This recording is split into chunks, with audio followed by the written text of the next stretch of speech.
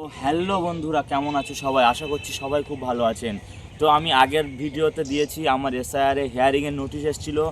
তো গতকাল 27 তারিখ আমাদের হিয়ারিং ছিল। এটা আমাদের হিয়ারিংয়ের সেন্টার, সোনাখালী কর্মতীর্থ সোসাইটি।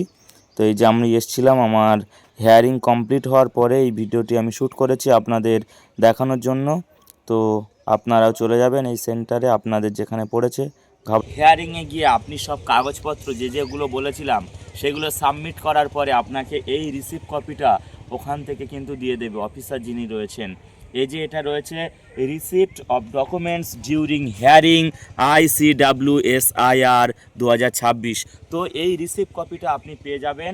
এখানে অফিসারের স্ট্যাম্প মারা থাকবে, সিগনেচার, ডেট দেওয়া থাকবে, আর আপনি যেগুলো দিচ্ছেন সেইগুলোর এখানে কিন্তু সেগুলো টিক মারা থাকবে। যেমন আমি দিয়েছি বার্থ সার্টিফিকেট, মাধ্যমিকের সার্টিফিকেট, আমার কাস্ট সার্টিফিকেট, আধার কার্ড, তারপরে আমার 2002-এর আমার বাবার যে লিস্ট ছিল সেই 2002-এর লিস্ট, আর দিয়েছি এপিক, আধার কার্ড আর প্যান কার্ড।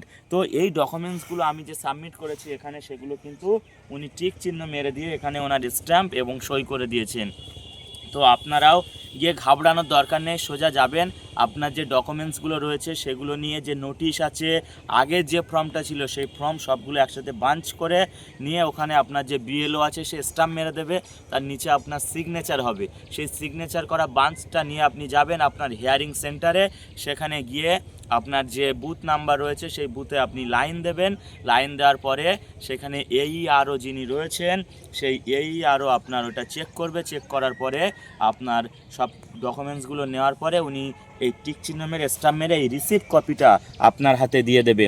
তখন আপনি বুঝবেন যে আপনার হিয়ারিং কমপ্লিট হয়ে গেছে। এই সিম্পল প্রসেসের মধ্য দিয়ে যেতে হবে, কোনো ঘাবড়ানোর দরকার নেই, একটা সাধারণ বিষয়। আর ভিডিওটি ভালো লাগলে অবশ্যই লাইক, কমেন্ট, শেয়ার, সাবস্ক্রাইব করতে ভুলবেন না। আর এরকম নতুন নতুন ইনফরমেটিভ ভিডিও পাওয়ার জন্য ভিডিও চ্যানেলটি অবশ্যই সাবস্ক্রাইব করুন, পাশে থাকবেন। ভালো থাকবেন, সুস্থ থাকবেন, আর সবাইকে টাটা।